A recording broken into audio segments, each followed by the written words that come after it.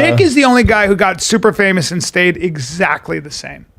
Exactly the same. Never changed at all. He's fucking awesome. I mean, I'd say Rogan too. He's a guy who, I guess I knew him for being famous, but now he's at a different level. I told you when I hung out with him, same guy. It's like hanging out with a politician. Yeah. You're just like, oh, you have to move different now because you're so massive. You have to, but he's the same. He's just surrounded by different people that look out for his safety and make smart moves. Like he just can't roll around like we do, but he's the exact same. Exactly. He was just on Schultz's pod because he's doing shows with Joey Diaz and Tony Hinchcliffe in Jersey.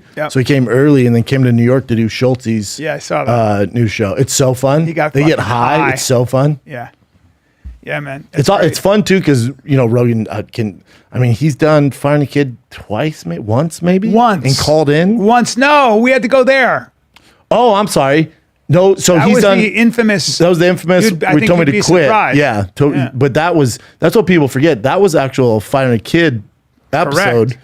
It was released on Firing the Kid, but we did in Joe Rogan's studio. And you were supposed to be just you and me. And you were the one who said. I remember we were like, maybe we shouldn't air that because it went live but then we were like, only the people that were listening. You and Rogan after we got done, you guys were like, we don't have to air this, man. That wasn't fun. No, we're airing it. I mean, I can air it. You said it. Truth, yeah. But it was huge. Yeah. It was huge. Yeah, it used to be Rogan's biggest pod, and then Elon Musk said, hold my blunt and let me take it from here. Yeah, man. That was the biggest thing ever. Mm-hmm. You were like, let's just air it. Yeah, it was a tough one. So that we did that. That was Firing the Kid. And then remember when we were at Fox, remember we were like in an office building? Yep. And he called in because I forget who I beat. Yeah, I know. And I go, dude, how the fuck have you not done the podcast? He goes, I'm going to do it. I go, if I win, you got to do it. He goes, yeah, I'll do it, dude.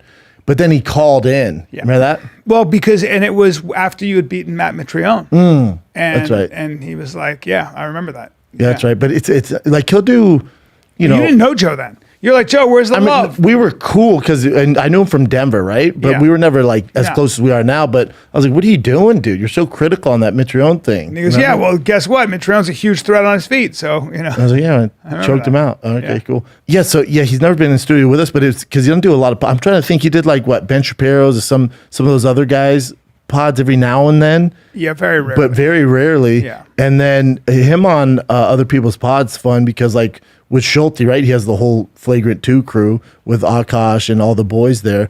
And they're just, they're wild, man. So they're shooting from the hip. And, Rogan doesn't Schulte, his new studio is ridiculous. Put all this money into it and it's like state of the art. And Rogan goes, oh, you've complicated. You've done too much. Like this is not how it's supposed to be. And I bet they thought he was going to come in like, oh, this is nice. But Rogan, he's like, what are you doing? It's too much. And you're like, wait, what?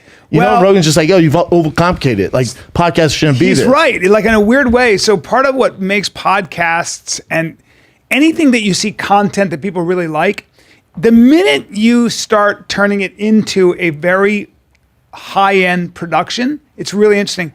People tend to go, I don't know. Like, they go, now I'm watching a show and it's not as outlaw, it's not as gritty. So, it's a balance. It depends on the talent because Schulte has done that. And he's still true to himself, and so is Akash.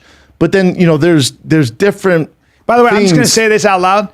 If he fucking is that the set of Game of Thrones? If he comes to LA and he doesn't do our podcast after he did that podcast, I'm going to fight him. I'm finally going to fight him. You guys always want to know who's going to win. You're going to find out. Yeah. If he comes there, doesn't get on the podcast, me and him are fighting. Yeah, I'm going to be. So there's that. I'll take it personally. Yeah. Oh, we'll tag team him. Yeah.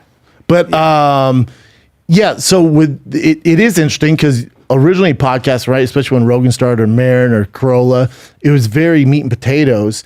But now you're talking about a different. There's argument for both. You're talking about a different game because you look at like Your Mom's House with Segura. That thing is highly produced. It's a mini TV show, massive. Yeah. You look at King of the Sting. King of the Sting, dude. I would say it's the same production level as like Part of My Take on ESPN. That thing's a monster. Yeah. We have to have outside editors. You got graphics. You got submission videos. Cool. Like it's a beast. Yeah. Intro, outros. Like it's a beast. It's several different cameras. It depends on the format. It depends on the show. But then again, to your point, you look at people like Caller Daddy who doesn't really even have video. You look at people like Armchair Expert, no video. Mark Maron, no video. Yeah. There's no high production. No video on those? No.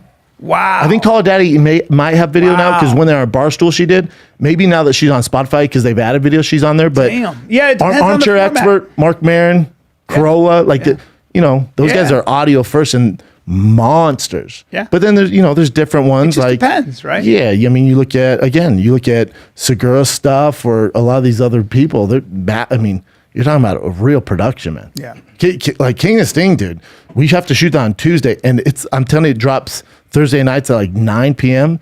The editor and the people that go into the production, it's to the the fucking second to get it out. I don't get the audio until like freaking 8:30, 8 o'clock. Yeah, because it's like right on the one. There's on the so many edge. moving parts in that show, and it's the most expensive show to make.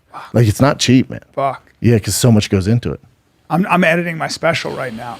You're doing it yourself? When I have an editor. Oh, okay. That's a beast. Because I'm there. Yeah. I'm there. It's the worst. I fucking hate it. I hate worst. watching myself. I hate everything about it. And I captured a lot of what I wanted to do, but it's It's the worst. Have you thought of how long you're gonna do it? Have you yeah. thought about So and, like, that's the problem. It and, like, putting could out be. I bits? could put out a strong 50 minutes. That 50? might be a little long. I'd like to put out a 40-minute special. So I might do that. a tighter 40s probably better. I might do it, but you got to kill a lot of your babies. But then I can take a lot of those bits and let them live on their own.